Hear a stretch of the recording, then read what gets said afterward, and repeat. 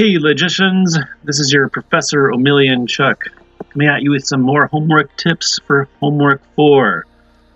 Right, as you know, I'm not in on Friday, so you'll have the opportunity to use the classroom if you'd like. That's okay, check that with the office, that's fine. So you certainly can come and hang out, use the classroom, and work together on the homework. I know that many of you can benefit from that. So take advantage of that time if you'd like. That's all right with me.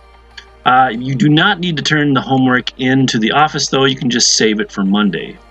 Right, now this assignment's only 2 pages long. That's nice, and it's pretty simple, actually. This is going to be, I think, pretty easy. Right, you've already done some stuff like this, you know, evaluating whether or not these strings of symbols are well formed or not. Right, and if not, you give a reason.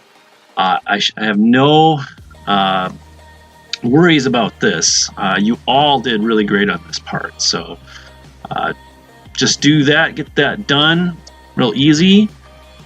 This part is also, many of you did really great on this as well, hardly any problems. The only thing, though, I would say is for those of you who turn in notebook paper rather than print this out, you can't just write the type of thing. You got to write out the formula and then circle the main connective and underline the connections. All right, that's important.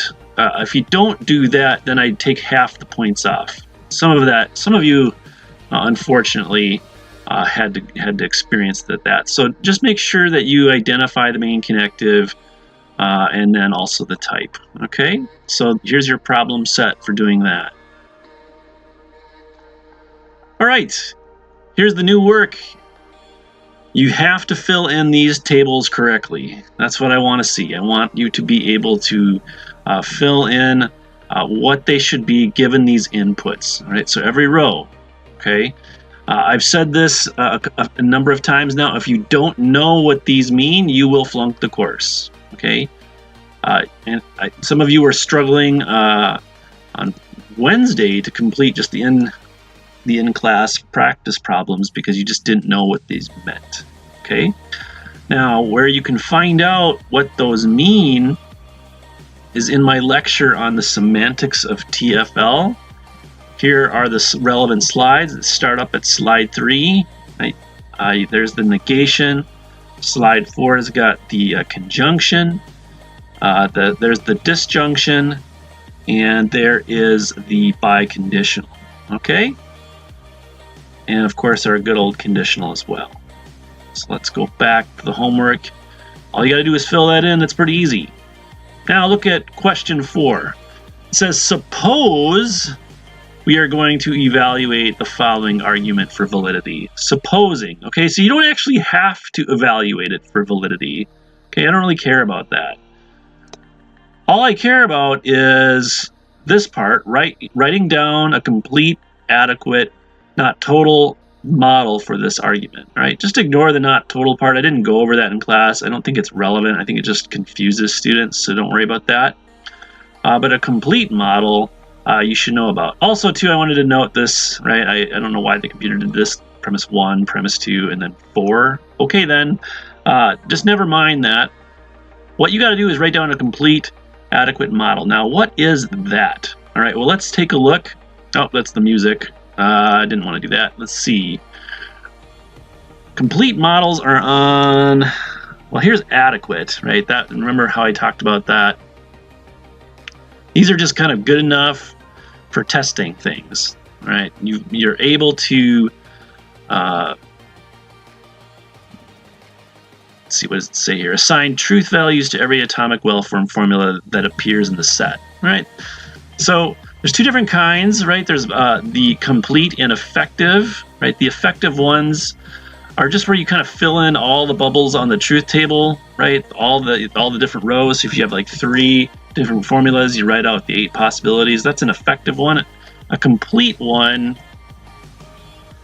that is, let's see, where is that? I don't remember where the slide is. That's right here. All right, this is where you actually fill out the domain of discourse, predicate functions, and the names. So let's see, I think that's listed up here someplace, just so you know.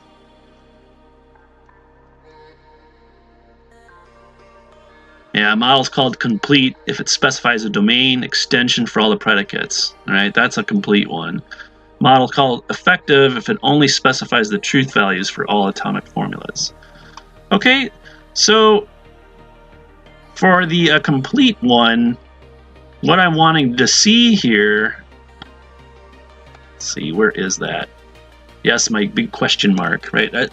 I want you to just have this kind of thing filled out. Now, one thing you really do need to pay attention to here on the homework is that you have a formula that's a 2-degree predicate. Okay, so when you fill out your predicate function for K, you got to follow what I did here in my lecture. Remember how I talked about you have like your extension marked off by the brackets, which are the, that indicates that there's a set. But then there's a set within the set, and this is a special kind of set. These are brackets. I called them the angled brackets, and they indicate an ordered pair, right? Now that tells you where the names go in this, or they're supposed to go, right, in this formula. And in this case, I got it to be true because 2 comes before 3. Right? That's all that's saying is that, this is actually saying that A bears K to B, right? Or 2 bears K to B.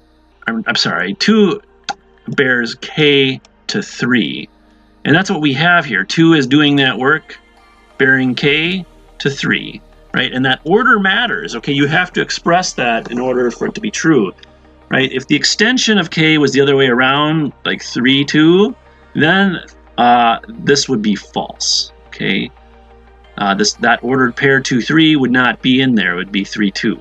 But since it is in there, right, 2 and then 3, that is in K, so that comes out to be true. Okay, so be mindful of that, okay? You have to fill that out correctly. I want to see angled brackets inside this set. If you don't do that, I'm just going to mark you wrong. I'm going to take off a good, maybe, I don't know. I think I may take off good 6 points there, okay? All right, so make sure you do that. All right, then once you have that model all filled out, again, you don't have to find out whether or not this is valid. I don't care, okay? But once you have this all completed correctly, right, then you're going to evaluate whether or not this formula is true, given what you write down, okay? So you got to be creative and come up with something, right?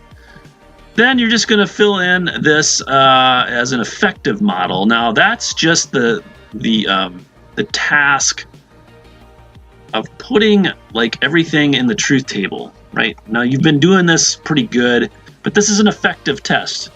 You fill out your truth table looking like this. You got the three formulas up here, right? And the leftmost one is half T's, half F's. Right, your right one is TF, TF, TF, TF, TF, and then you just kind of parcel out the middle to match, right? TT, FF, TT, FF. That's how you got to fill that out. And that's all you need to do to answer that question. Now, it's true these things aren't in alphabetical order, but I don't care about that, right? I want you to just fill it out correctly the way that I have it done here, okay? In that slide, that's what it's got to look like. You do that, you get this, you skip 20 points, just like that. It's like super easy. Okay, and then whatever the third row says, take as input for this formula here, and then tell me whether or not this whole thing is true or false. And then you're done. That's the homework. It's super simple. I'll collect it on Monday. I'm expecting perfect scores and all this. I don't think that this is very tough. If you have questions, I won't be available. So what you should do is, go to the class time and work together, because inevitably there's going to be somebody who knows kind of what's going on, right? You can get clarification from classmates. I tell you, you all work together well. I've seen it, okay? So be encouraged. You're going to do fine, and I will talk to you later.